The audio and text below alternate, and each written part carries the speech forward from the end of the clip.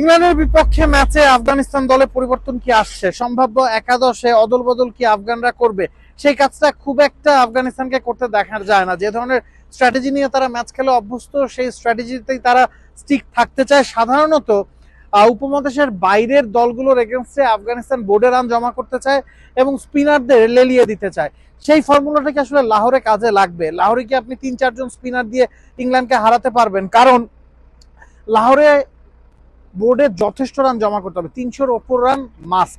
লাহোরে গেল 9টা ম্যাচে ফার্স্ট ইনিংস এভারেজ স্কোর প্রায় 300 এবং পরে ব্যাট করলে একটা এক্সট্রা অ্যাডভান্টেজ পাওয়া যায়। ডিউর প্রভাবটা এখানে খুব বেশি।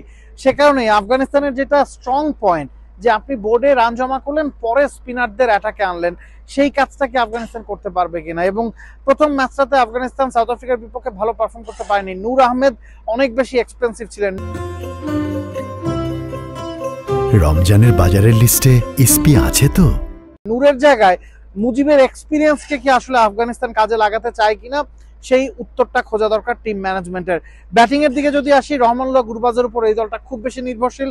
রহমানুল্লাহ গুরবাজ যদি রান করতে পারে, এই দলের জেতার সম্ভাবনা অনেকখানি বেড়ে যায় এবং গুরবাজের কনভার্সন রেটটাও ভালো। তিনি যদি সেট হয়ে যান, তিনি সেঞ্চুরি করে ফেলেন, তো গুরবাজের উপর অনেক কিছুই নির্ভরশীল। গুরবাজের সাথে তার ওপেনিং পার্টনার ইব্রাহিম জাদরান লম্বা সময় ইনজুরি কাটিয়ে ফিরেছেন। সেদিকুল্লাহ অতুলকে নিয়ে অনেক কথা হচ্ছে। রিসেন্টলি আন্ডার-19 ক্রিকেট থেকে উঠে এসেছেন, এইচপি পর্যায়ে দারুণ পারফর্ম করেছেন, ফ্র্যাঞ্চাইজি লিগ খেলছেন।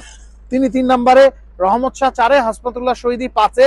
এরপরে অলরাউন্ডারদের ছড়াছড়ি এই দলটা আছে, যেটা সবসময় থেকে থাকে। গুলবাদিন নাইব, আজমাতুল্লাহ ওমরাজাই, মোহাম্মদ নবী, এই 3 জন যে কোনো অর্ডারই আসলে ব্যাটিং করতে পারেন।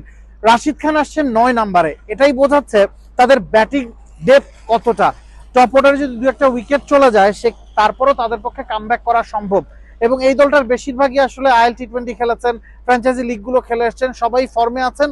পেস ডিপার্টমেন্ট তাদের জন্য একটা শঙ্কার জায়গা। ফাজল হক ফারুকী একমাত্র পেসার হিসেবে খেলছেন।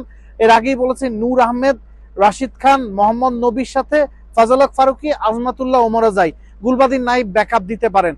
পেস ডিপার্টমেন্টে ফাজল হক ফারুকী ছাড়া স্পেশালিস্ট পেসার বলতে যেটা বোঝায়, সেটার কিন্তু কমতি আছে। লাহোরে স্পিনাররা যদি ভালো করতে না পারে, আফগানিস্তান খানিকটা ব্যাকফুটে থাকবে। তবে অদল বদল খুব একটা সম্ভাবনা এই দলটাতে এখনো পর্যন্ত আসলে দেখা যাচ্ছে না। Nabil Kaiser, T Sports, Pakistan. For more updates, subscribe to our YouTube channel and click on the bell icon. Follow us on Facebook and Instagram. Download T Sports app to enjoy exciting games and highlights. Visit tsports.com.